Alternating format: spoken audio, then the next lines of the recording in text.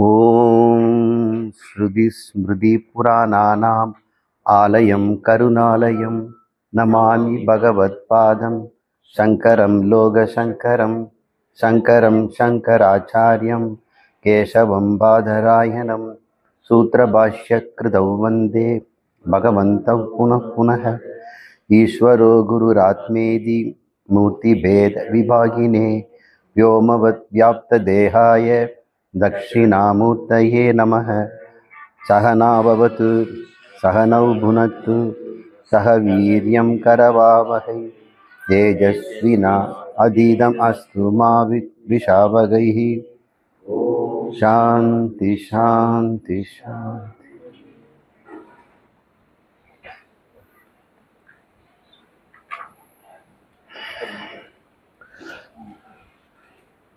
இன்று நாம் கிருஷ்ண பரமாத்மா அருளிய பகவத்கீதை என்ற வேதாந்த ஜீவ பிரம்ம ஐக்கிய சாஸ்திரத்தை ஒரு சில பகுதியில் நாம் பார்க்க போகிறோம். இன்று நாம் பார்க்க போகிறது குணம் என்பதை பற்றி பார்க்க போகிறோம். குணத்திரய விபாகம் அப்படின்னு ஒரு அத்தியாயத்தை எழுதியிருக்கிறார். நம்ம இன்னைக்கு மட்டும் பார்க்கக்கூடிய அளவுக்கு கொஞ்சம் ஸ்லோகம் மட்டும் அங்கங்கேருந்து பொறுக்கி எடுத்திருக்கிறோம். 4வது அத்தியாயம், 6வது அத்தியாயம், 18வது அத்தியாயத்தில் இந்த குணத்தை பற்றி அவர் எங்கெல்லாம் சொல்லியிருக்கிறாரோ அதெல்லாம் திரட்டி வச்சிருக்கிறோம்.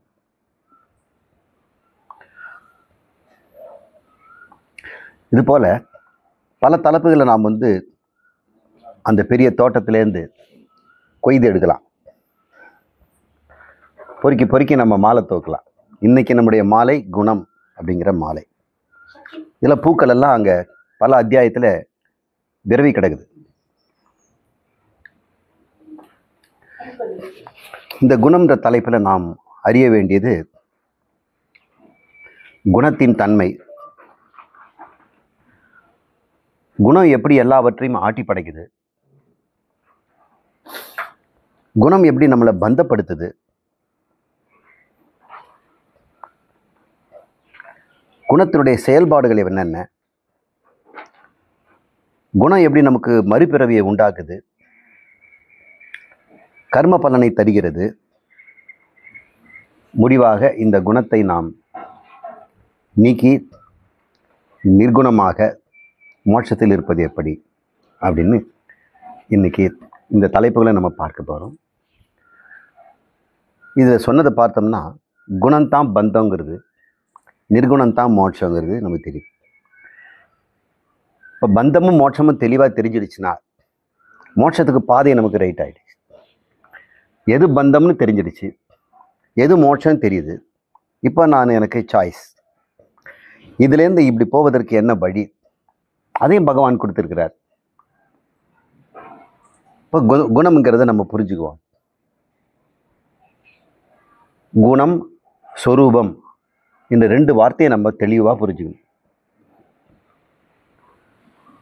ஆங்கிலத்தில் சொன்னோம்னா சொரூபம் என்பதை இன்ட்ரின்சிக் ஆட்ரிபியூட்ஸ் அப்படி சொல்கிறாங்க. குணம் என்பதை இன்சிடென்டல் ஆட்ரிபியூட்ஸ் அப்படின்னு மொழிபெயர்க்கலாம். இன்ட்ரின்சிக்னா உள்ளார்ந்த, இன்ட்ரின்சிக்னா உள்ளார்ந்த, ஆட்ரிபியூட்ஸ் அப்படின்னா தன்மை, இயல்பு, உள்ளார்ந்த இயல்பு. இன்னொன்று எதேச்சையாக வந்துற்றது, வந்து போவது, வரும் போகும், தோன்றி மறையும் அப்படின்றத இன்சிடென்டல். ஆக்சிடென்டலாக அவர் மீட் பண்ணேன் அப்படின்னு சொல்கிறார். இன்சிடென்டல்னா ஒரு இன்சிடென்ட், ஒரு சம்பவத்தால் ஏற்படுவது இப்படின்னு நம்ம வச்சுக்கணும். ஆங்கிலத்தில் இவ்வளோ தான் நமக்கு கிடைக்கும். ஆனால் நம்ம முழுக்க முழுக்க குணம் ஸ்வரூபத்தை நம்ம இன்னொரு மொழியில் கொண்டு போக முடியாது. ஒவ்வொரு மொழியிலையும் அவங்களுக்கு தேவையான சொற்களை தான் வச்சிருக்கிறாங்க. சமஸ்கிருதத்தில் எண்ணற்ற சொற்கள் இருக்குது. அதுக்கு தேவையானதெல்லாம் பந்தமும் மோட்சமும், பந்தத்தை கண்டுபிடிக்கிறதும் மோட்சத்தை கொடுக்கறதும் உன்னை பற்றி பேசுறதுன்னு தான் இருக்கிறதுனால சொற்கள் ஏற்கனவே அதில் இருக்கிறது. ஒரு இல்லாத மொழியில் அந்த ஃபிலாசபியே, அந்த தத்துவமே அறியாதவர்களுக்கு அந்த மொழியை அவங்க சொற்களை பயன்படுத்தியிருக்க மாட்டாங்க. நாம் பனியை பற்றி அதிகமாக என்ன பேச முடியும்? எஸ்கிமோக்கள் 30 வார்த்தைகள் வச்சுருக்கிறாங்க பனியை விவரிக்கிறதுக்கு. இங்கிலீஷ்லேயே பனிக்கு மிஸ்ட்டுங்கிறாங்க, ஃப்ராஸ்ட்டுங்கிறாங்க, பிளிஸார்டுங்கிறாங்க, ஸ்னோங்கிறாங்க, டியூங்கிறாங்க. எத்தனை வார்த்தை! இப்போ ஒன்றுத்துக்கு ஒரு அர்த்தம் இருக்குது. ஏன்னா அந்த ஊரில் பனி எப்பவுமே இருக்குது. தமிழில் பனியை யார் பார்த்தாங்க? இங்கிலீஷ்காரங்க தான் முதல் முறை பனியை கொண்டு கொடுத்தா. அதுக்கு முன்னாடி மழை பெய்யும் போது பனிக்கட்டி விழும். யாரும் தமிழகத்தில் பனிக்கட்டி உண்டாக்குறது இல்லை. யாருக்கு உண்டாக்க முடியும்? நமக்கு ரெஃப்ரிஜரேஷன் டெக்னாலஜி தெரியுதானே. வெளிநாட்டுக்காரன் பனியை அங்கேருந்து கப்பலில் மரத்தூள் போட்டு உருகாமல் கொண்டு சென்னையில் சேமித்து வைப்பாங்க. அது ஐஸ் ஹவுஸ்ன்னு சொல்கிறாங்க. விவேகானந்தருடைய கேந்திரம் அங்கே தான் இருக்குது, அவருடைய நினைவிடம். அந்த ஐஸ் ஹவுஸில் அவங்களுக்கு குளிர்பானம் இல்லாமல் குடிக்க முடியாது அவங்களால. அவங்க வசதிக்கு அதை உண்டாக்குனாங்க. அப்புறம் தான் அந்த ஐஸ் ஃபேக்ட்ரி எல்லாம் உண்டாக்குனாங்க. அப்போ நமக்கு ஐஸுக்கு என்ன தமிழில் இருக்குது வார்த்தை? பனின்னு ஒரே வார்த்தை தான் இருக்குது. அது மார்கழி வர பனியை தான் எல்லாத்துக்கும் பனிக்கட்டி, பனி, பனிக்கூழ் இதாக சொல்லணும். இப்போ மொழி பிரச்சனை நமக்கு இருக்குது. நாம் மோட்சம் அடையணும்னா கட்டாயம் நம்ம சமஸ்கிருதத்தை தான் தெரிஞ்சாகணும். இல்லை என்னுடைய திருக்குறள் மூலமோ திருமந்திரம் மூலமோ திருவாய்மொழி மூலமோ பெறலாம் அப்படின்னாலோ அந்த மொழிகளும் கூட சமஸ்கிருதத்தை தான் கையாளுது. திருவாசகமும் கூட இதே சொற்களை தான் குணங்கடந்தான், குணாதீதன் அப்படின்னு தான் சொல்லும். தமிழ் அதுக்கு தனியாக வார்த்தைகள் கிடையாது. இப்போ நாம் கண்டுபிடிக்கிற சொற்கள் சொரூபம், குணம். இதுக்கு உதாரணம் என்னன்னு பாருங்க.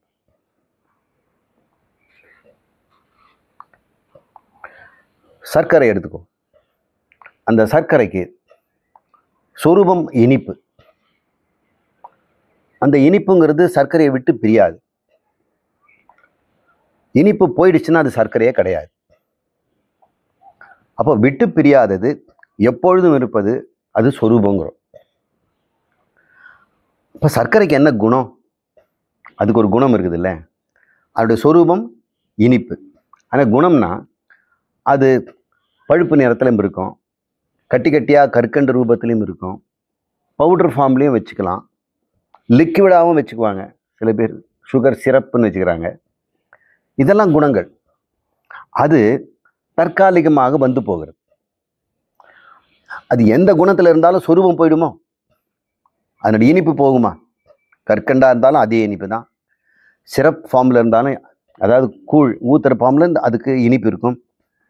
அல்லது பழுப்பு நிறத்தில் நாட்டு சர்க்கரைன்னு சொல்லும்போது தான் இனிப்பு இருக்கிறது. இனிப்பு மாறுவதில்லை. ஆனால் அது வெளிப்படுகின்ற தன்மைகள் வந்து போகின்றது. பழுப்பு நிறத்தில் இருக்கிற சர்க்கரையை நம்ம வெள்ளையாக மாற்றலாம், பியூரிஃபை பண்ணலாம். வெள்ளையாக இருக்கிறத கெட்டியாக கற்கண்டாக மாற்றலாம், அல்லது பவுடர் ஃபார்மில் கொண்டு வரலாம், அல்லது தண்ணீரில் கரைத்து சிறப்பாக்கி கெட்டியாக தேன் மாதிரியும் வைக்கலாம். இதெல்லாம் பண்ணலாம். இதெல்லாம் நீங்கள் என்ன சொல்ல போகிறீங்க? அதனுடைய குணங்கள். அந்த குணம் கூட இந்த சொரூபம் அனுமதிச்சாதான் கொடுக்கும். இந்த குணம் சொரூபத்தை அழிக்காது. நீங்கள் குணத்தை மாற்றிடலாம், ஆனால் சொரூபம் மாறிடுமா என்ன? அப்போ சொரூபம் எதெல்லாம் அனுமதிக்குதோ அதுதான் குணமாக வர முடியும். சொரூபத்துக்கு அனுமதிக்காதது அதுக்கிட்ட பார்க்கவே முடியாது, குண ரீதியாக கூட கிடையாது. இப்போ இரும்பின் சொரூபம் கடினத்தன்மை, அதில் குணம் துருபிடிக்கிறது. துருபிடிக்கிறதுனாலே அதனுடைய சொரூபம் மாறிடுமான மாறாது. இரும்பு தன்மையாக இருந்துக்கிட்டே தான் இருக்கும். இரும்பின் தன்மை இருக்கும். அந்த துருவை நீக்கிட்டால் இரும்பு வந்துடும். அந்த அயன் ஆக்சைடாக அது மாறலாம். ஆனால் அதுக்கிட்ட இல்லாத ஒரு குணம் வரவே வராது. வெள்ளி மாதிரி ஒரு பளபளப்போ, தங்கம் மாதிரி ஒரு மினுமினுப்போ அதுக்கு வராது. அதுக்கிட்ட இருக்கக்கூடிய குணத்தை நீங்கள் எவ்வளோ வேணால் கொண்டு வரலாம். வளைக்கலாம், திருப்பலாம், தகடாக்கலாம், ஷீட் பண்ணலாம். அந்த இரும்பு ஷீட்டாக இருக்கலாம், கம்பியாக இருக்கலாம், குக்கிகளாக இருக்கலாம், எப்படி வேணாலும் அது பண்ணலாம். இப்படி நம்ம குணத்தையும் சொரூபத்தையும் புரிஞ்சுக்கிறோம். தங்கத்தினுடைய சொரூபம் மினுமினுப்பு. அந்த குணங்கள் நீங்கள் மாற்றிக்கலாம். எப்படி வேணால் அதை மோதிரமாகவோ வளையலாகவோ ஒட்டியானமாகவோ நீங்கள் மாற்றிக்கிட்டே இருக்கலாம். அப்படி இந்த குணங்களை மாற்றுவதனால சொரூபம் கெடுவதில்லை. இந்த தத்துவத்தை நம்ம நப்பையும் கட்டப்படுது. மாறாதது சொரூபம், மாறுவது குணம். அப்போ ஒரு பொருள் மாறாமல் இருந்து கொண்டே மாற்றங்களை காட்ட முடியும். இதுதான் நம்ம அடிப்படையை தெரிஞ்சுக்கணும். சர்க்கரை தன்னுடைய மாறாத இனிப்புத்தன்மையை வைத்துக்கொண்டே மாற்றங்களை காட்ட முடியும். மாற்றம் காட்டுறதுனால அது மாறக்கூடியது. அது அப்படின்னு அதுக்கு பிராண்டு கொடுக்க முடியுமா? அது மாறாதது எப்போ இருந்துட்டு தானே இருக்குது. இனிப்பு எப்பொழுதும் இருக்குது. குணங்கள் மாறலாம். இப்போ குணம்தான் அதனுடைய தன்மைன்னு சொல்லுவோமா, அல்லது இனிப்பு தான் அதனுடைய தன்மைன்னு சொல்லுவோமா? நம்ம எதுக்கு முக்கியத்துவம் கொடுப்போம்? இனிப்புக்கு தான் கொடுப்போம். குணத்தை நம்ம என்ன பண்ணுறோம்? தூரம் போட்டுறோம். அது எப்படி இருந்தால் நமக்கு என்ன? சர்க்கரை நமக்கு இனிப்பு தானே வேணும். அது சிறப்பாக ஊற்றினானே, ப்ரௌன் கலரில் போட்டானே, கற்கண்டா போட்டானே, பவுடராக போட்டானே, நமக்கு இனிப்பு வேணும். இப்போ சொரூபத்தையும் குணத்தையும் புரிஞ்சுக்கிட்டோம். ரெண்டுமே ஒரே இடத்துல தான் இருக்குது. ஒன்று மாறுவது, இன்னொன்று மாறாது. ஒன்று நித்தியம், இன்னொன்று அனித்தியம். ஒன்று சொரூபம், இன்னொன்று குணம். இப்போ நம்மக்கிட்ட வந்துடும். இதை அப்ளை பண்ணும். மனிதா, உன்னுடைய சொரூபம் என்ன, உன் குணம் என்ன? எல்லாத்துக்கும் அப்படி இருக்கணும் இல்லை? இப்போ இதுக்கு சொரூபம் அப்படின்னு கேட்டோம்னா மரக்கூழ் தான் இதுன்னு சொரூபம். மரத்தன்மை, அந்த காகிதத்தன்மை இருக்கும். இது நீங்கள் கப்பலாக செய்யலாம், ஏரோப்ளேன்லாம் பண்ணலாம், கப்பு பண்ணலாம், தரையில் வச்சுக்கலாம், எப்படி வேணா பண்ணலாம். அதனால் இதனுடைய காகிதத்தன்மை போயிடுமா? சொரூபம் கெடாமல் இருக்கும். மீதி எல்லாத்தையும் இதை அனுமதிக்குது. என்னை கப்பலாக பண்ணிக்க, ஏரோப்ளேனாக பண்ணிக்க. ஆனால் நான் அனுமதிக்கிட்டு தான் நீ பண்ண முடியும். நீ இதை தவிர வேறு ஏதாவது ஒரு புது குணத்தை இங்கே கொண்டு வந்து பார்த்தா முடியாது. இது பேப்பர் கிட்ட வந்து இரும்பினுடைய தன்மை இது கிடைக்குமா? அந்த குணம் இதுக்கு வராது. துருப்பிடிச்சிடுமானா அதெல்லாம் பண்ண முடியாது. இப்போ ஒன்று புரிஞ்சுக்கிட்டோம். மாறுவதும் மாறாததும் ஒரே இடத்தில் இருக்க முடியும். அது எப்படி விருத்த சுபாவங்கள் ஒரு இடத்துல இருக்க முடியும்? விருத்த சுபாவங்கிறது இருட்டும் ஒளியும் பாரி. இருட்டு இருக்கிறதுல வெளிச்சமே இருக்காது. வெளிச்சம் இருக்கிறதுல இருட்டு எப்படி வந்து கொண்டு போக முடியாது. எவ்வளோ முயற்சி பண்ணாலும் வெளிச்சத்தில் இருட்டை கொண்டு போய் வைக்க முடியாது.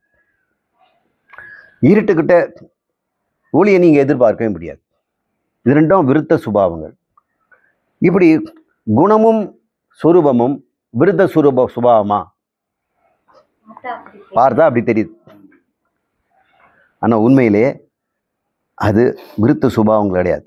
அப்போ விருத்த சுபாவம் நம்முடைய அனுபவத்தில் ஒரு இடத்துல இருக்க முடியாது. ரெண்டாக இருந்தாக்கா விருத்த சுபாவங்கள் ஒரு இடத்துல இருக்க முடியாது. ரெண்டு பேரும் இப்படி ஒரு இடத்துல இருக்க முடியும். நான் உட்கார்ந்துருக்கும் போதே இன்னொருத்தர் இங்கே உட்கார முடியாது. என்னை எடுத்து தான் உட்கார முடியும். ரெண்டில் சத்தியம் ஒன்று, இன்னொன்று சத்தியம் இல்லாததாக தான் இருக்க முடியும். இப்போ சொரூபம் சத்தியம்னு சொன்னோம்னா குணத்தை சத்தியம்னு சொல்ல முடியாது. சத்தியம்னா உண்மை. முக்காலமும் இருப்பது சத்தியம். முக்காலமும் இருப்பது எதுங்க? இனிப்பு. ஆனால் வந்து போவது குணம். அது முக்காலத்திலும் இருக்காது. ஒரு காலத்தில் இல்லாமல் இருந்து வெளிப்பட்டு மறைஞ்சிடும். அப்போ தோன்றி இருந்து மறைந்து, தோன்றி இருந்து மறைது, அது ஒரு தனி பொருளாக எடுத்து வைக்க முடியுமா? தனி முதலா? தனி முதல் கிடையாது. தனி முதலுங்கிறது சொரூபந்தான். சொரூபத்திலிருந்து தோன்றி சொரூபத்தினால் காப்பாற்றப்பட்டு சொரூபத்திலே அது மறைஞ்சிடும். அது தனி இருப்பு கிடையாது. ஆனால் இந்த சொரூபத்துக்கு தனி இருப்பு உண்டு. இந்த மாறுகின்ற பொருட்கள் தோன்றி மறைவதெல்லாம் இல்லாமல் போனாலும் கூட இது ராஜா மாதிரி இருக்கும்.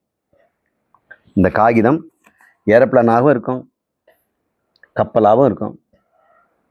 வேற சாப்பிட்றதுக்கு மிக்சர் பொட்டெல்லாம் வச்சு சாப்பிட்றதுக்கும் தட்டாக பயன்படும்.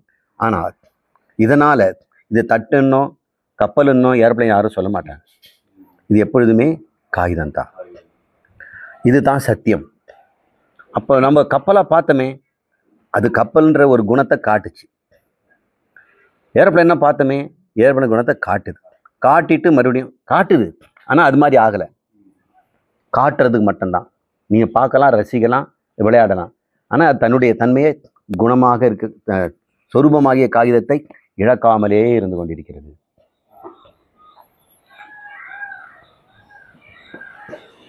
இதை பகவான் நான் அசத்தோ வித்யதே பாவோ அந்த மாதிரி சுலோகத்தில் அழகாக சொல்கிறார்.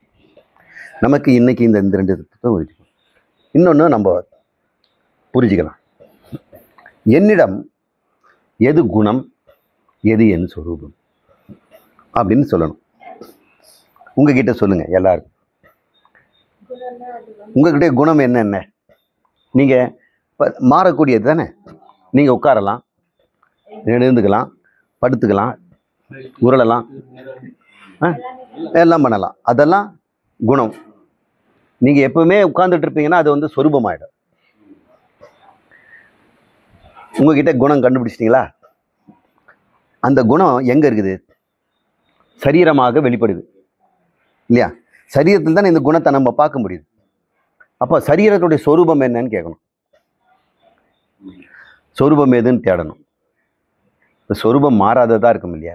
சரீரத்தினுடைய சொரூபம் என்ன நீங்கள் பார்க்குறீங்க. இப்படி ஒன்று ஒன்றா மாறுவதெல்லாம் நான் அல்ல, அதெல்லாம் குணங்கள் அப்படின்னு தள்ளிடுங்க. தள்ளிக்கிட்டே வந்தார் நம்மக்கிட்ட நான் என்பது எங்கே ஆரம்பிக்குது, நான் அல்லங்கிறது எங்கே தொடங்குதுன்னு பாருங்கள். நீங்களே கையை கட்டிக்கிட்டு நான் அல்லாதது எங்கேன்னு தொடங்குதுன்னு பார்த்தோம்னா, இந்த தோலுக்கு வெளியே இருக்கிறதெல்லாம் நான் அல்லாதது. என்னுடைய எண்டு, நான் என்பதனுடைய ஒரு எல்லை, ஒரு விளிம்பு எங்கன்னா நம்முடைய சருமந்தான். அப்போ எனக்கு ஒரு எல்லையாக, என் வெளி வட்டமாக, எனக்கு விளிம்பாக என் சரீரத்தினுடைய தோல் இருக்கிறது. அப்போது இன்னொரு விளிம்பு ஒன்று இருக்கும் இல்லை, இது எக்ஸ்டீரியர் சொல்லிட்டேன், என்னுடைய வெளிப்புறத்தை சொல்லிட்டேன். உட்புறத்தில் கடைசியாக முடியும், எங்கே போய் முடியும்? அதான் என் சொரூபமாக இருக்க முடியும். அங்கே தான் நான் சொரூபத்தை தேடணும். அப்போ என்னுடைய நான் உள்ளே சென்றால் என்னுடைய மையம் எது, எங்கே போய் முடிவேன் இப்படின்னு ஆராய்ச்சியே பண்ணிகிட்டு இருந்தால் நமக்கு நேரம் போகும். சாஸ்திரம் என்ன சொல்லுதுன்னு முதல்ல கேட்டுக்கோ. ஐயா, நான் என்பதின் வெளி எல்லை என் சரீரத்தினுடைய தோல். அதுக்கு வெளியே இருக்கிறதா நான் அல்ல. இந்த சரீர தோல்லையோட தோலாக நான் நெயில் பாலிஷ் போட்டால் கூட நான் அல்ல, மோதிரம் போட்டால் அது நான் அல்ல. இந்த சரீரத்தில் ஒட்டிக்கிட்டு இருக்கிற மாதிரி ஏதாவது கிராஃபிட்டி பச்சை குத்தனா கூட அது நான் அல்ல. நல்லா தெரியுது. தோலுக்குள்ளே எங்கேயோ மையத்தில் நான் முடிவடைகிறேன், உள் முடிவிலே நான் எங்கே முடிகிறேன் என்று சொன்னால் ஒரு கேள்விக்கு, அது அறிவுடையதாக இருக்குமா அறிவற்றதாக இருக்குமா? அறிவுடையதாக தான் இருக்க முடியும். அப்போ அறிவுடையது தான் உள்ளே இருக்குதுன்னா அதுக்கு வெளியே இருக்கிறதெல்லாம் அப்போ அறிவுக்கு எல்லை வந்துடும். அப்போ அறிவின் வெளி எல்லையாக தோலும், அறிவின் உள் எல்லையாக எது? அங்கே பார்த்தோம்னா அதைத்தான் நானுன்னு சொல்கிறோம். அங்கிருந்து தான் நான் ஆரம்பிக்குது, முடியற இடம் தோல். அப்போ நான் எங்கே ஆரம்பிக்குது பார் அப்படின்னு ரமணர் கேட்குறார். எங்கே ஆரம்பிக்குது? உன் இடத்தில், உன் சொரூபத்தில் தான் ஆரம்பிக்க முடியும். அது குணமாக தான் வெளிப்படும். நீ இதையெல்லாம் உனக்கு வெளி எல்லையாக பார்த்து அதெல்லாம் குணங்கள். எது போய் என்னுடைய உள் மையம், எங்கிருந்து நான் என்ற உணர்வு என்னிடம் எழுகிறது என்று நீ பார்த்தால் அதுதான் உன் சொரூபம் அப்படின்னு சொல்கிறார். இப்போ சொரூபத்தையும் குணத்தையும் நம்ம பார்க்க போகிறோம். அதிகம் பேச வேண்டாம். நாம் கண்ணை மூடி நான் சொல்கிறது மட்டும் கவனிங்க. இந்த கவனிக்கும் பொழுது சொரூபம் எது குணம் எதுன்னு விசாரணை அப்புறம் செய்வோம். ஓம் நான் இருக்கிறேன்.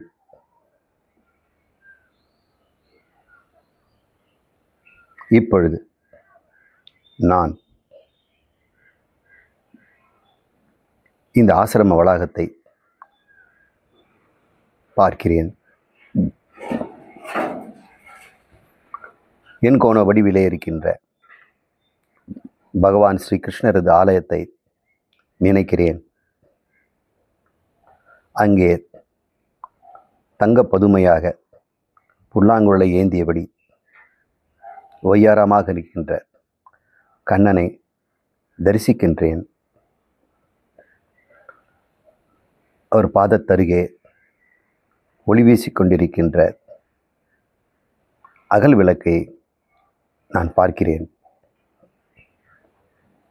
அவர் பாதத்திலே அழகாக வரிசையாக அடுக்கி வைத்த அரளி மலர்களை கவனிக்கிறேன்.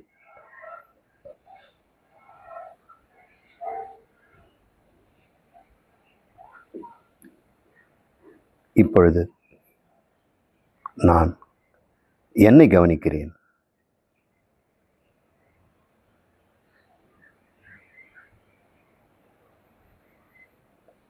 என்னை நான் கவனிக்கும் பொழுது இதுவரை நான் பார்த்த ஆசிரமம், எண்கோண வடிவான ஆலயம், விக்கிரகம், மலர்கள், தீபம் அனைத்தும் நீங்கிவிட்டன. நான் மாத்திரம் இருக்கிறேன். அது அறிவுடையதாக, அறிவு சொரூபமாக இருக்கிறது. அதனிடம்தான் நான் கண்ட ஆலயமும் விக்கிரகமும் தீபமும் மலர்களும் தோன்றின, உடனே மறைந்தன. அவை தோன்றிய இடமும் நானே, அவை மறைந்த இடமும் நானே. நானே மாறாமல் இருக்கிறேன். நான் கவனித்த சுரூபங்களோ உருவங்களோ அனைத்தும் என்னில் தோன்றி மறைந்தவை. எனவே என்னுடைய எண்ணங்களெல்லாம்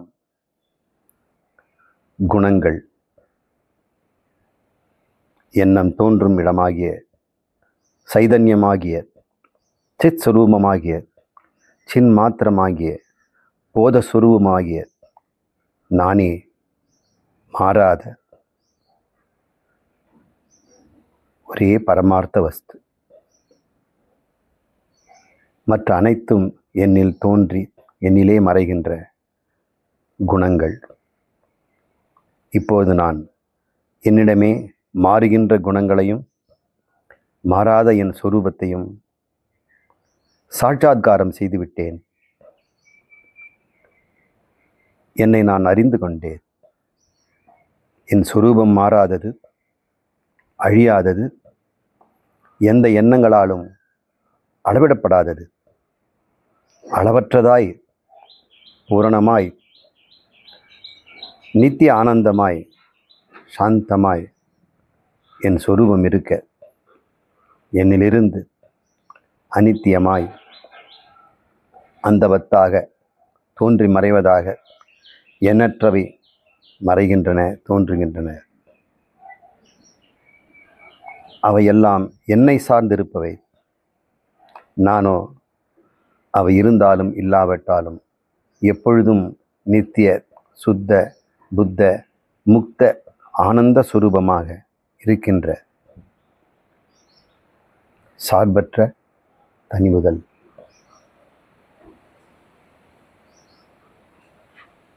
எல்லா குணங்களையும் நான் தோன்றி மறைகின்ற அனைத்தையும் ஒதுக்கிவிட்டால், புறக்கணித்து விட்டால், உதாசீனம் செய்துவிட்டால் நான் எப்பொழுதும் எனக்கு தரிசனம் செய்து கொண்டிருக்கிறேன்.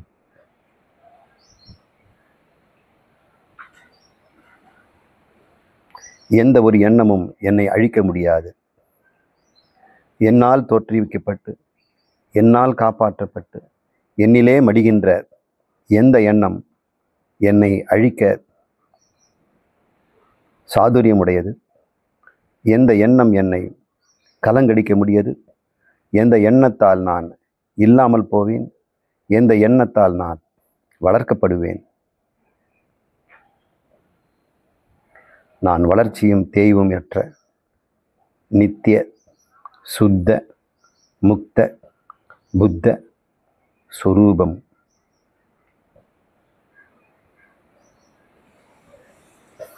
ஓம்.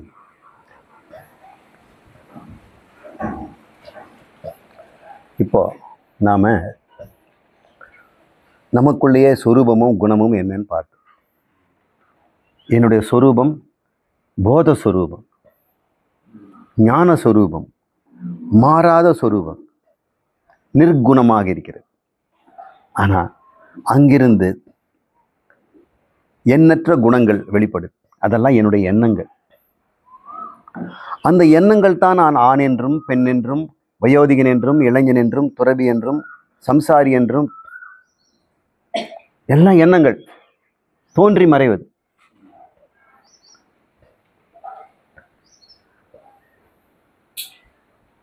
இதை புரிஞ்சுக்கிட்டு தான் இன்றைய பகவத்கீதை வகுப்பு. பகவானுடைய முறையில் இது எப்படி நம்ம புரிஞ்சுக்கணும்? நம்ம எவ்வளவுதான் குணத்தை பற்றி ஆராய்ச்சி பண்ணாலும் அது புறத்தில் இருக்கிற குணத்தை ஆராய்ச்சி பண்ணுறதாக முடிஞ்சிட்டு இரும்பை பற்றி படித்தோம், தங்கத்தை படித்தோம், காகிதத்தை படித்தோம், சர்க்கரை பற்றி படித்தோம். இதெல்லாம் நமக்கு உதாரணங்கள் தான். ஆனால் என்னிடம்தான் இரண்டையும் நான் பார்க்கணும். நான் யார் என்ற விசாரணம். என்னுடைய சுரூபத்தை அறிந்தால் நான் மோட்சம், என் குணத்தில் நான் இருந்தால் பந்தம். எல்லாரும் மோட்சத்தில் தான் இருக்கிறோம். ஆனால் அந்த மோட்சம் நம்மிடம் இருப்பதை அறியாததனால்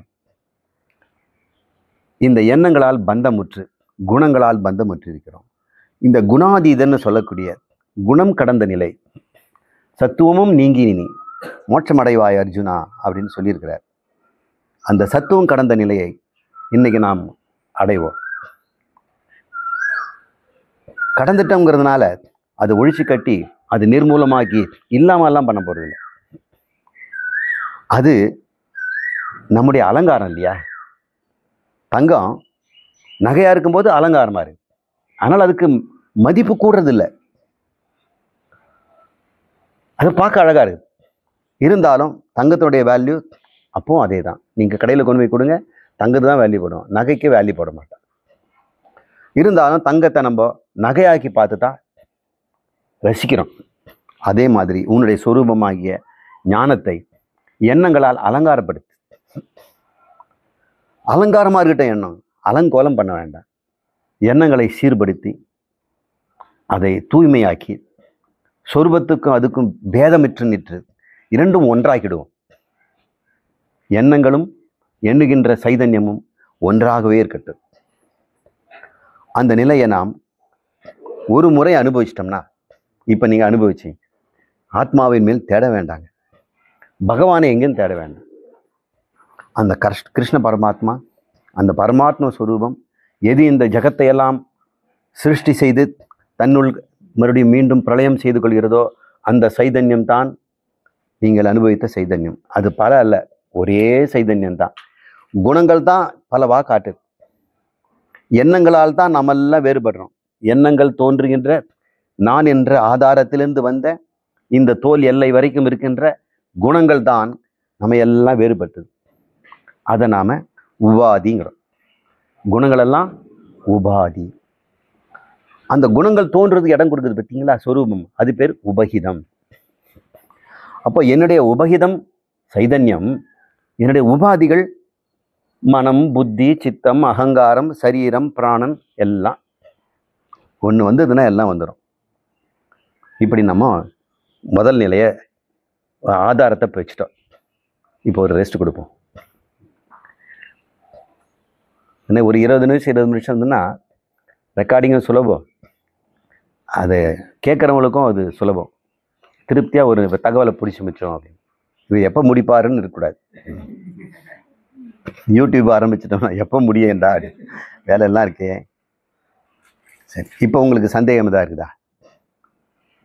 சுவாமி, நான் அறிவு சொரூபம்னு நம்ம புரிஞ்சுக்கிட்டோம்.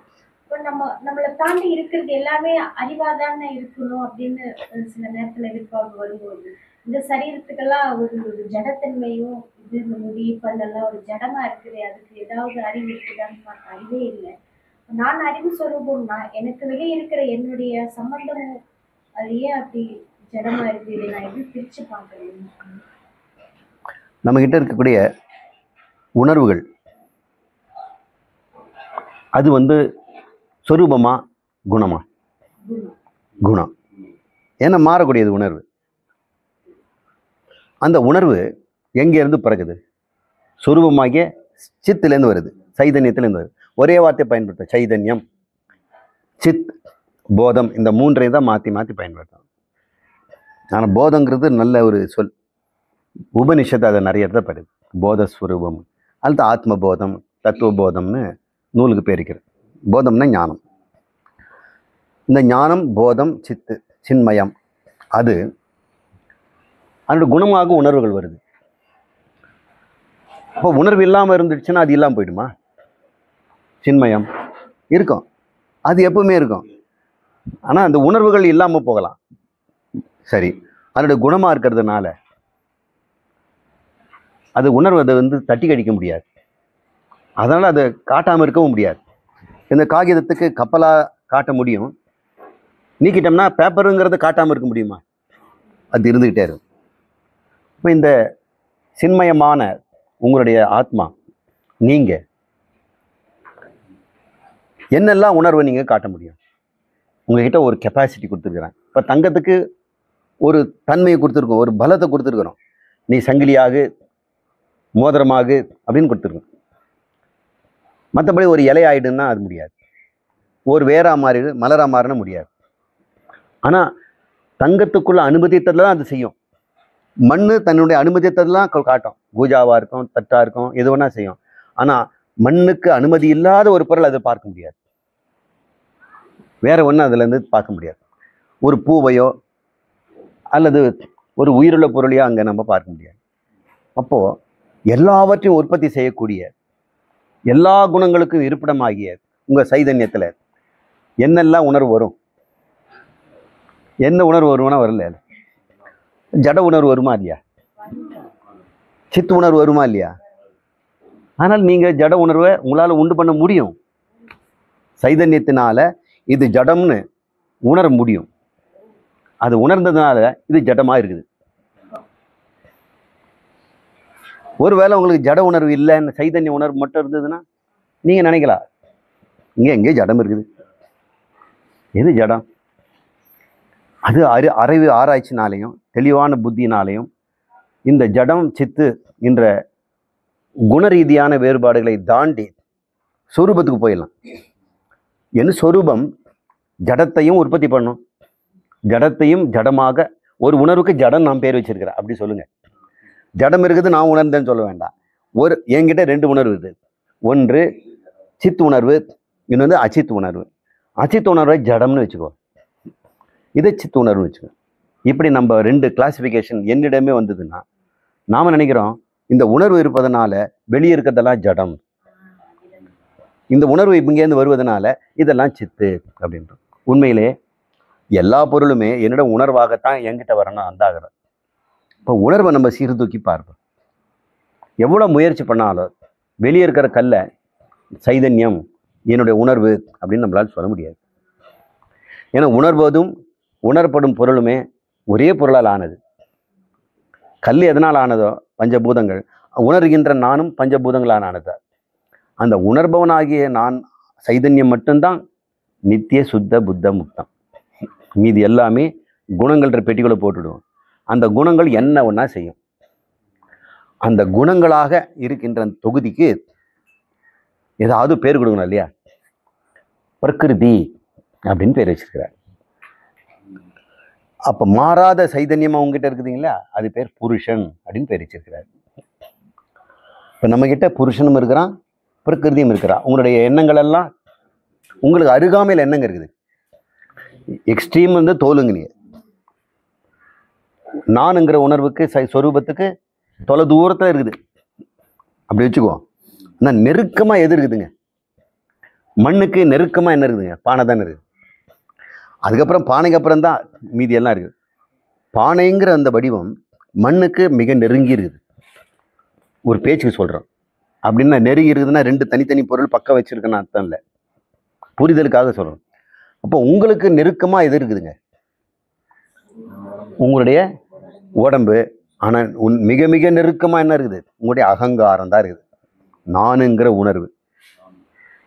நானுங்கிற உணர்வு. அந்த நானுங்கிற உணர்வு பலவிதமாக மாறுது. அப்போ குணம் தான் உங்களுக்கு மிக நெருக்கத்தில் இருக்குது.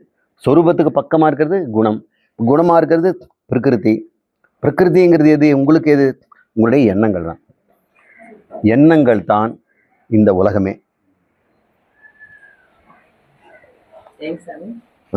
குணம் சொல்றது வந்து இப்போ மனித ரூபத்தில் எடுத்தா மனம் அப்படின்னு அடைகிறோம். மனம்ங்கிற அந்த ஒரு சாப்டர் இப்போ நம்ம வந்து பிராடு சென்ஸில் படிக்கிறோம். பகவான் கொஞ்சம் கொஞ்சமாக குணத்தை பல இடத்துல காட்ட போகிறார். கர்ம பலனில், பிறவியில், நம்முடைய உடம்புல, நம்ம செயலில், உணவில் கூட குணம் இருக்குது. அதெல்லாம் நாம் சொல்கிறது சொரூப குணம்ங்கிற அந்த டாபிக் உள்ள. அதுக்கப்புறம் இந்த குணத்தில் பல படிகள் இருக்குது. அது பரிணாமம் ஆகுது. மனங்கிற சாப்டருக்குள்ள மட்டும் கொண்டு வர முடியாது. அது எல்லாம் இப்போ பிராட் சென்ஸில் பண்ணுறோம். இப்போ நீ மனத்தை பற்றி நம்ம குணத்துக்கு பேசும்போது அதை நம்ம பார்ப்போம். இனிமேல் நம்ம அதை பார்ப்போம். இது வந்து முன்னுரை. சொரூபம்னு வரும்போது சாமி, அது வெளிப்புறத்துல இருக்க இந்த என்னது ஜடப்பொருள் அப்படிங்கிற மாதிரி வந்துருவாங்க சாமி. இல்ல வழக்கமா சொரூபங்கிற வார்த்தை இந்த ஆத்மாவோட ஆத்மஸ்வரூபம் போல ஒரு எல்லைக்கு உட்பட்ட எல்லாவற்றிலும் சொரூபத்தையும் குணத்தையும் நீங்கள் பார்க்கலாம். உங்ககிட்ட தான் முதல்ல இங்கே ஆரம்பித்தேன். ஏன்னா நம்ம தான் அந்த பலனை அனுபவிக்க போகிறோங்க. நம்ம மற்றனுடைய சொரூபம் எது, எதனுடைய குணம் எதுன்னு பார்க்கறதுக்கு என்ன இருக்குது? இப்போ கரியினுடைய சொரூபம் எதுன்னு உங்களுக்கு தெரியாது. நீங்கள் குணத்தை வச்சு தான் அதை நீங்கள் பார்த்துட்டு இருக்கிறீங்க. இப்போ கரியினுடைய சொரூபம் எதுன்னு நமக்கு தெரியாது. ஆனால் குணம் என்ன? அது எரியும், கருப்பாக இருக்கும். ஆனால் அது நல்லா நசுக்குனா அது வைரமாயிடும். அதுவே கொஞ்சம் ஷீட்டாக இருந்தால் கிராஃபைட் ஆகிடும். அதுவே மிக நேனோ பார்ட்டிகளாக இருந்ததுன்னா அது இன்னொரு ஸ்டேஜில் பக்கி பாலுங்கிறாங்க. இதெல்லாம் அதனுடைய குணங்கள் வெளிப்பாடு. சொரூபம் ஒன்று தான். இப்போ சொரூபம் குணங்கிறதுக்கு உதாரணங்களை கொடுத்தோம். இப்போ எது கேட்டாலும் சொல்லலாம். சர்க்கரைக்கு சொன்னோம். இப்போ தண்ணீருக்கு சொரூபம் எதுங்க? தண்ணீர் அப்படின்னா சொரூபம்னா குளுமை, திரவத்தன்மை, இனிமை. இனிமை, குளுமை, ஓடும் தன்மை. அதை திரவம், சீத்தலம், மாதுரியம் அப்படின்னு சொல்கிறாங்க. இது தண்ணீருக்கு விட்டு பிரியுமா? பிரியா. ஆனால் குணம்னு ஒன்று வந்துடுச்சுன்னா இந்த தண்ணீர் தண்ணீராகவும் இருக்கும், கெட்டியாகவும் இருக்கும், ரொம்ப சில்லுன்னு போயிடும், கொதிக்க வச்சா சூடாகவும் ஆகிடும். ஆனால் பழையபடி அது தன்னுடைய தன்மைக்கு தான் போகும். எல்லாமே அங்கே தான் மறையும். சூடு தற்காலிகமாக வந்துட்டு போகும். ஐஸு தற்காலிகமாக கெட்டி ஆகிட்டு மறுபடியும் திரவம் ஆகிடும். திரவம் தான் அதனுடைய சொரூபம். அந்த திரவ நிலை அதனுடைய சொரூபம். இது நம்ம புரிஞ்சுக்குவோம். குணத்துக்கும் சொரூபத்துக்கும் வந்துட்டு டிஸ்கஷன் முடிஞ்சுது. இப்போ எங்களுக்கு எந்த சந்தேகமும் இல்லை இல்லையா? இப்போ பிளாஸ்டிக்ங்கிறது சொரூபம். அது நீங்கள் நாற்காலியாக பண்ணலாம், டீப்பாயாக பண்ணலாம், ஸ்பேர் பார்ட்ஸ் பண்ணலாம், என்ன வேணா பண்ணலாம். அதெல்லாம் குணங்கள். அது குணங்களாக இருக்கும். அது தோன்றி மறைவது. ஒரு பொருளை எடுத்துக்கிட்டா அது சொரூபம். அது எப்படி எல்லாம் வெளிப்படுங்கிறது குணம். குணம். மண்ணுன்னு எடுத்துக்கிட்டா மண்ணுங்கிறது சொரூபம். ஆனா மண்ணுல இருந்து அது என்னெல்லாம் உருவாக்க முடியும், அது எப்படி எல்லாம் அதோடைய டைமென்ஷன் பிரிஞ்சு போக முடியும் அப்படிங்கிறது அதெல்லாம் குணம்னு வச்சுக்கோ. ஏன் அப்படி சொல்றேன்னா, மரம்னு எடுத்துக்கிட்டா மரத்துல இருந்து வரக்கூடியது சொரூபம். மரத்துல இருந்து கிளைகள், இலைகள், ஃப்ரூட்ஸ், பழம் சொல்லி அதை வெளிப்படுத்திட்டு போறது சொரூபம், குணங்கள். இன்னும் கூட நீங்க தெளிவா சொன்னோம்னா, விதையில எது இருந்ததோ அது சொரூபம். அது சொரூபம். அதுக்கப்புறம் தான் அது மரமாலாம் வருது. அப்ப மரமே குணமாயிடுது. ஆணி வேர் வந்து இருக்கிற ஒரு பொருள் வந்து சொரூபம். அதுல இருந்து எப்படி எல்லாம் வெளிப்படும் அப்படிங்கிறது. அந்த ஆணி வேற விதைக்கு போங்க. இப்ப விதையில ஆலமரத்துல வேறு, தண்டு, இலை எல்லாமே உள்ள இருக்குதுல்ல. அப்ப அது சொரூபமா தான் இருக்குது. குணம் வெளிப்படும். இப்போ அப்போ இறைவனுக்கும் ஒரு சொரூபம் இருக்கணும், குணமும் இருக்கணும் இல்லை. அதனால அவரையும் நிர்குணம், சகுனம் அப்படின்னு சொல்றோம். சகுனமா பார்த்தா அவர் பேர் இறைவன். நிர்குணமாக பார்த்தா அவர் பேர் கடவுள். நிர்குணமாக அவர் இருந்தால் பிரம்மம் அல்லது கடவுள். குணத்தோடு வந்துட்டார்னா சிருஷ்டி தீதி லயம்லாம் பண்ணுவார். அப்போ வந்துட்டு அவர் இறைவன் பேர், ஈஸ்வரன் பேர். அப்போ சமஸ்கிருதத்தில் ஈஸ்வரன், தமிழில் இறைவன். யார்? சகுண பிரம்மம். நிர்குண பிரம்மத்தை கடவுள்னு சொல்கிறோம். இது நம்முடைய வகுப்பில் தான் இந்த மாதிரிலாம் பேசுவோம். பொதுமக்கள் கிட்ட போய் கடவுள் இறைவன்லாம் ஒன்றா தான் சொல்லுவாங்க. அவங்க நிர்குணம் குணம் எல்லாம் பிரிச்செல்லாம் பார்க்க முடியாது. இது நம்ம தத்துவ ஆராய்ச்சி பண்ணுறதுனால. சரி, இப்போ அந்த ஸ்டேஜ் நிறுத்திக்குவோம். இப்போ ஆரம்பத்தில் உங்களுக்கு நல்லா உட்காந்துருப்பீங்க, அப்புறம் போக போக கால் நீட்டலாம் அப்படின்லாம் தோணும். அதனால் தாராளமாக சாஞ்சிங்க, கால் நீட்டிங்க. எனக்கு காது மட்டும் கொடுத்துருங்க. இப்போ உட்காந்துமே இல்லை, சொரூபமா உட்காந்துருப்போம். அப்புறம் கொஞ்சம் கொஞ்சமா எங்க குணங்கள் வெளிப்படும். கையோட குணம், காலோட குணம், காதோட குணம், கண்ணோட குணம், எல்லா குணங்களும் போக போக சாய்ந்து சொல்றீங்க. ஆரம்பிக்கும் சொரூபமா தான் இருக்கீங்க, அப்புறம் உங்க குணங்கள் காட்டுவீங்க வருங்க.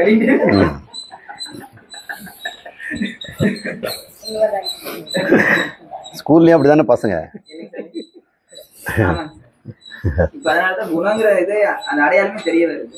எதுக்கு ஒருத்தர் ரொம்ப கோவப்படுறாரு, அந்த குணம் வெளிப்படுது. சுரூபமா இருக்காங்க, அப்ப உண்மையாதான் இருக்காங்க, ஸ்டாண்டா இருக்காங்க. தூங்கி ரொம்ப சாந்தமா இருக்காங்க. தூங்கி எந்திரிச்ச உடனே குணங்கள் வெளிப்பட ஆரம்பிக்குது. அமைதியா இருப்பாங்க, கோவப்படுவாங்க, சிரிப்பாங்க, எல்லாமே குணங்களா வெளிப்பட்டுக்கிட்டே இருக்கு, டிஸ்பிளே ஆகுது. ஒரு சரி, குணமெல்லாம் நீக்கிட்டேன்னு வைங்க, சொரூபத்துல வித்தியாசம் இருக்குமா? சொரூபங்கிற ஸ்டாண்டர்ட் எல்லாரும் அத சாமி சொல்றது புரிஞ்சிருக்கும். விதைன்னு எல்லா விதையும் ஒன்னேதான். இப்போ நானுங்கிற உணர்வுக்கு நானுங்கிறதே குணம்னு சொல்லிட்டோம், அகங்காரம். இப்போ அகங்காரத்துக்கும் சொரூபத்துக்கும் ஏதாவது தூரம் இருக்குதா? இல்லை, குணத்துக்கும் சொரூபத்துக்கும் ஏதாவது இடைவெளி இருக்குதா? அதான் இடைவெளி இல்லை, இடைவெளியே கிடையாது. இடைவெளி இல்லாதது ஒரு பொருளாக தானே இருக்கும். இடைவெளி இருந்தால் தானே ரெண்டுன்னு சொல்ல முடியும். இடைவெளி இல்லாமல் குணமும் சொரூபம் இருந்தால் அப்போ ரெண்டுன்னு சொல்ல முடியுமா? ரெண்டா தெரியுது, ஆனால் உண்மையில் அங்கே ஒன்று தான் இருக்குது. நம்முடைய கவனம் எல்லாம் குணத்தில் இருக்கும்போது சொரூபம் கவனத்துக்கு வர்றதில்லை. நம்முடைய கவனம் சொரூபத்தில் இருக்கும்பொழுது குணமெல்லாம் அழிஞ்சு போகுது. இந்த மெடிடேஷனில் பார்த்தோமில்ல, நான் மட்டும் இருக்கிறேன், எண்ணங்களால் எங்கே போச்சு? அப்போ நம்ம எண்ணங்களாலே மறைக்கப்பட்டு சொரூபத்தை இழந்தவளாக இருக்கிறோம். தியானத்தில் நம்ம எண்ணங்களெல்லாம் நீங்கிய பிறகு சொரூபத்தில் இருக்கிறோம், ஆனந்தமாக இருக்கும். அதனால் தியான கிளாஸ் நிறைய பேர் பிடிக்குது. தன்னிலைக்கு போகிறதுக்கு அவங்களுக்கு ரொம்ப ஒரு ஷார்ட்கட்டாக இருக்குது. அப்பப்போ தன்னிலைக்கு போயிட்டு வராங்க. தன்னிலை தான் நான் தன்னிலைன்னு தெரிஞ்சுக்கிட்டோம்னா அதுக்கப்புறம் தன்னிலைக்கு என்ன போகிறது? நீ யார் போகிறது? எதுக்கு போகணும்? நீ வெளியே போனால் தானே. தன்னை விட்டு யார் வெளியே போக முடியும்? அப்படி நினைக்கிறோம். எண்ணங்களால் நம்ம எங்கெங்கேயோ போயிட்டோம், எங்கெங்கேயோ போயிட்டு கனடா போயிட்டோம், ஆஸ்திரேலியா போயிட்டோம். அப்புறம் நமக்குள்ளே வரோம் பெருமூச்சு விட்டுட்டு. ரொம்ப தூரம்லாம் ஒன்றும் இல்லை, இடைவெளியே இல்லாதது. இப்போ குணங்கள் வெளிப்படுறதுனால ஒரு 20 பேர் இருக்கும், 20 குணங்களை வெளிப்படுத்திட்டு இருக்கோம். அப்ப என்னோட குணம் சக்திக்கு குணத்தை வெளிப்படுத்திட்டு இருக்கேன். என் குணத்தை அழிச்சிங்கன்னா 20 பேர் ஒரே ஆப்ஜெக்டா மாறி இங்க எத்தனை பேர் இருப்பான்? இப்ப நம்ம எல்லாம் தூங்கிடுவோம். எத்தனை பேர் இருப்போம்? சொரூபம் போயிடும். ஆழ்ந்த உறக்கத்துல எல்லாரும்